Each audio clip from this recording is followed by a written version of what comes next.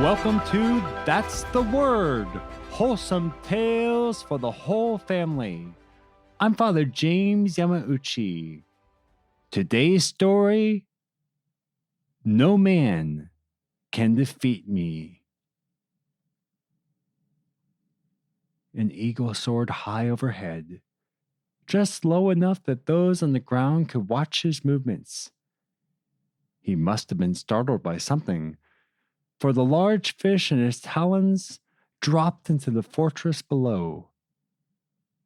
Everyone saw it fall, including Mirat, the commander of the fortress. Mirat hurried over to the fallen fish, picked it up, and turned to look over the fortress walls. Before him stretched the vast army of Charlemagne, king of the Franks. Mirat's Muslim fortress was under siege and had been for weeks. The fortress was impregnable. The only weapon that could possibly defeat it was starvation. Mirat stared out at the Frankish force defiantly, holding the fish. He hurled the fish over the walls, shouting, "I have 20,000 more like that in the castle cistern." After giving the enemy force a final glare, he turned back to his own men. They were gaunt and starved. Mirat's act of defiance was all bravado. There was no food left in the fortress. He knew they could not hold out for much longer. He might have surrendered already, if not for his oath. Earlier in the siege, he had sworn, "Neither king nor servant will ever receive the keys of my keep." He silently cursed himself for making such a vow, but he could not take back his words. He would never taint his honor. Outside the impenetrable fortress, the armies of Charlemagne saw the fish fall and heard Mirat's cry of defiance. The siege had dragged out for far too long.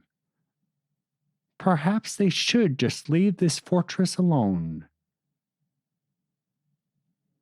One of those who saw the fish fall was a bishop who was visiting the camp. In his diocese was a famous shrine to Our Lady of Mont Anis. He knew that after so long, there was no way Mirat had any food left. He admired the quality of the men in that fortress, especially their leader, and he did not wish to see them all die needlessly. With Charlemagne's permission, he decided to attempt to convince Mirat to surrender.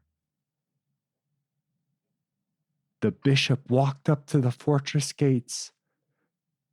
Over the walls, Mirat and his men observed this man approaching them. The bishop cried out, "Mirat, a powerful lady who greatly cherishes you, solicits these keys which you will never give to the victor. She is the very sweet mother of Jesus, Our Lady of Mont Anis. She asks you to become her vassal and knight." Under his breath, Mirat muttered, "Thank God." To the bishop he replied, "I would never have surrendered to the numerous army that surrounds me. But since the great lady has sent you here, I want me and my descendants to hold the Queen of Montanis in faith and homage."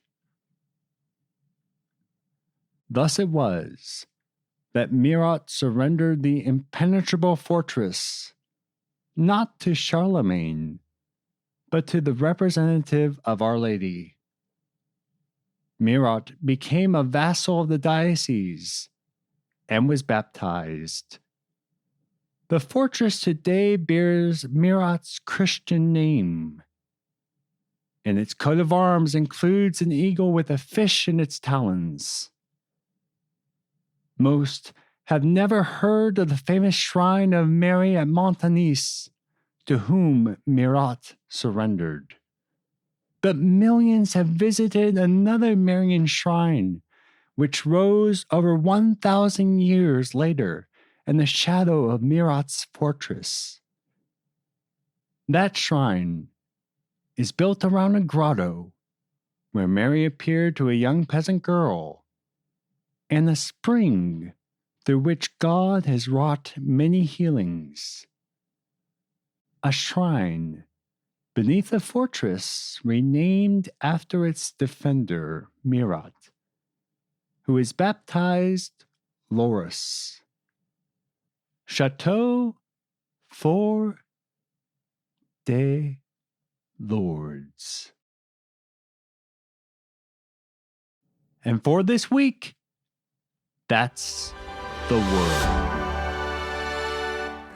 You fool!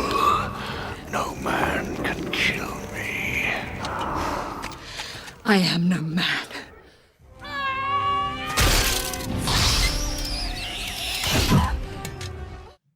So if you know where this clip is from, mention us on social media, send us an email. We would love to hear the answer.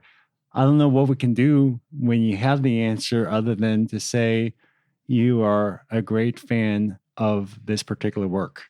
You know, it was funny. I was with some friends the other night and they said, I told them when I normally record the podcast is on Sunday evening. And they said, yeah, we can tell sometimes that your voice is a little tired after a full day of masses. And here we are in the evening. But it's a joy to be able to come up here and record, especially when you have a story like this. This was a fantastic story. This story was suggested by Cindy. So thank you very much. And we never heard of this story before, which is funny given that we both have been to Lourdes and have both seen this. I didn't have a picture of the fortress in my memory, but we looked it up. And after seeing that, yeah, totally remember that building. We had no idea what it was. It's right across the river from the shrine.